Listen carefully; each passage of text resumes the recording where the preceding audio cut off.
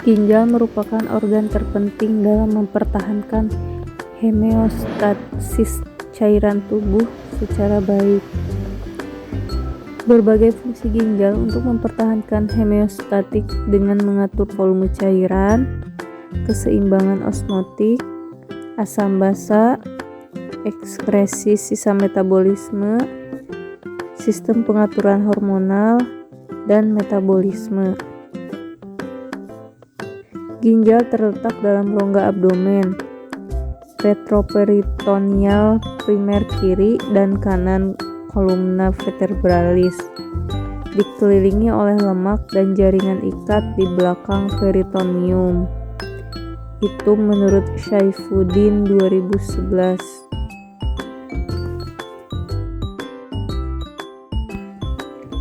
Batas atas ginjal kiri sehingga ke-11. Ginjal kanan setinggi 3/12. Batas bawah kiri ginjal setinggi vertebra lumbalis ketiga. Tiap-tiap ginjal mempunyai panjang 11,25, lebar 5-7 cm, tebal 2,5 cm. Ginjal kiri lebih panjang dari ginjal kanan. Berat ginjal pada laki-laki dewasa 150-170 gram. Untuk wanita dewasa 115-155 gram. Bentuk ginjal seperti kacang. Sisi dalam menghadap ke vertebra thoracalis. Sisi luarnya cembung dan di atas setiap ginjal terdapat sebuah kelenjar suprarenal. Ini menurut Saifuddin 2011.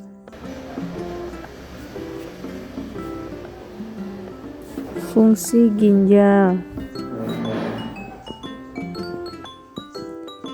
Untuk pembentukan urin adalah untuk mempertahankan homeostatis dengan mengatur volume dan komposisi darah. Proses ini meliputi pengeluaran larutan sampah organik produk metabolisme. Produk sampah pengeluaran larutan sampah organik produk metabolisme. Produk sampah yang mendapat perhatian adalah urea, kreatinin, dan asam urat. Produk sampah ini larut dalam aliran darah dan hanya dapat dibuang dengan larutannya urin. Pembuangan bahan-bahan sampah ini disertai dengan kehilangan air yang tidak dapat dihindarkan. Ginjal dapat menjamin bahwa cairan yang hilang tidak mengandung substrat organik yang sangat bermanfaat yang terdapat dalam plasma darah, seperti gula, asam amino.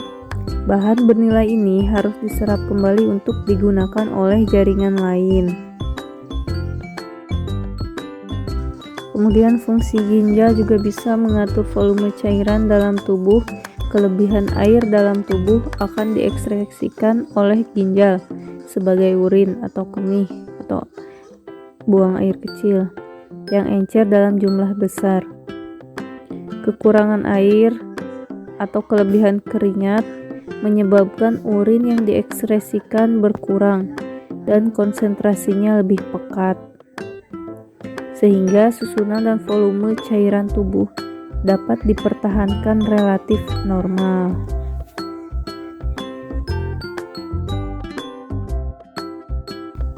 Kemudian untuk mengatur keseimbangan osmotik dan mempertahankan keseimbangan elektrolit, mengatur keseimbangan osmotik dan mempertahankan keseimbangan ion yang optimal dalam plasma atau keseimbangan elektrolit.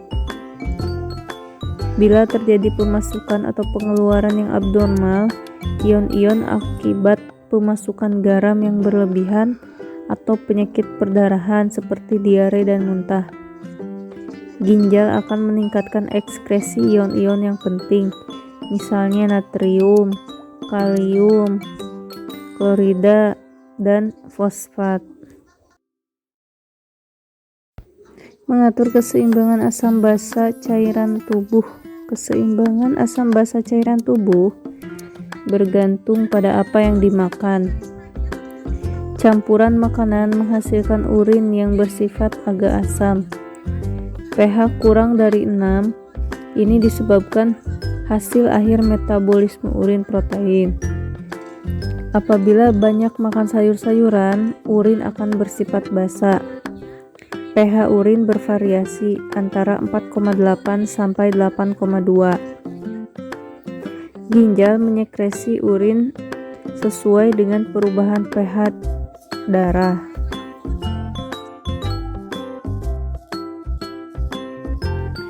Kemudian ekskresi sisa-sisa metabolisme dari urium, asam urat, kreatinin, zat-zat toksik, obat-obatan, hasil metabolisme hemoglobin, dan bahan kimia asing seperti pestisida. Kemudian nomor 5, sebagai fungsi hormonal dan metabolisme. Ginjal menyekresi hormon renin yang mempunyai peranan penting mengatur tekanan darah atau sistem renin, angiotensin, aldosteron.